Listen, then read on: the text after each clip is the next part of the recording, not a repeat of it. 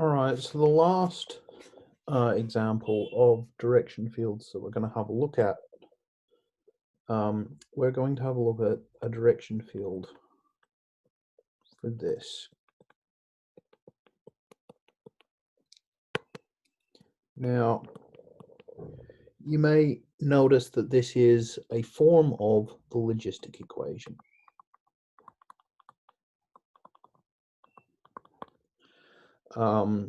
Sometimes you'll see a parameter here or another parameter here. We just conveniently set those two parameters to be equal to 1 in this case.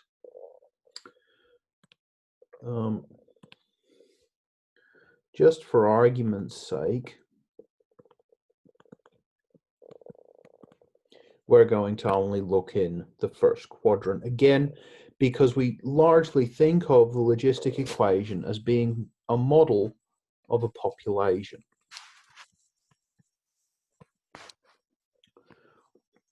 Now, there's two important lines of derivatives that I want to bring your attention to. If y is equal to 0, the derivative is equal to 0. That's this line along here. The other important line is y equals 1, which I'm going to draw up here.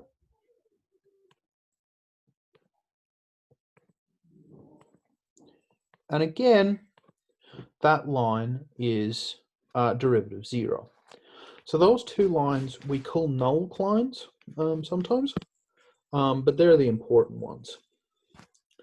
So now we want to know what's going on in this region in the middle between 0 and 1, and we also want to know what's going on above y equals 1.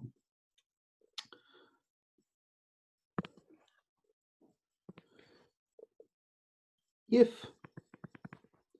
y greater than 1, this is positive, but this term in the brackets will be negative. Okay, so we're going to get negative derivative. So no matter what the slope of the line, it's going to be doing something like that. And as we move further up, as y gets bigger, this thing's going to become more vertical. So we can kind of intuit that that's what our slope field will look like there. If y is very close to 0, this is small, that's approximately equal to 1. So if y is close to 0, our slope will be close to 0, but it will be positive.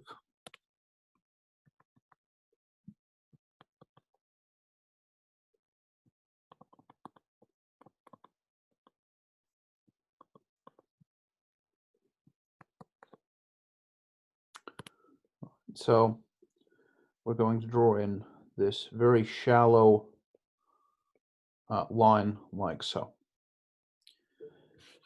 If y is just less than 1, this thing's going to be approximately 1, but this thing's going to be very small. And again, we're going to see this very shallow derivative. And if you don't believe me with my arguments like, oh, this one's close to 1, just plug in 0.9. 0.9 times 0.1 is 0.09. Right, which is small. Somewhere around the middle, we're going to see a maximum of this derivative. As you know, we go up here, and at around 0.5, we're going to see the steepest derivative possible. So 0.5 times 0.5, that's 0.25. That's still quite a shallow gradient. Now, you'll note that I'm drawing in a steep angle. Let's just pretend that my t-scale is quite a bit longer than my y-scale.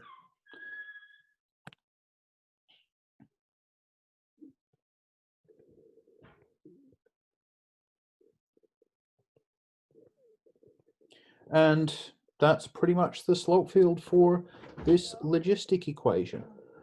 We can draw in some initial conditions. Say our population starts here. We're going to be locally tangent. Our population will grow to this value of 1. If we start above this value of 1, say we start here, our population will decline to value 1. Ultimately, however, in the long time, our population will tend to and stay at the so-called carrying capacity or maximum possible population that this region can support. Right, so we say that it asymptotes to 1. All right.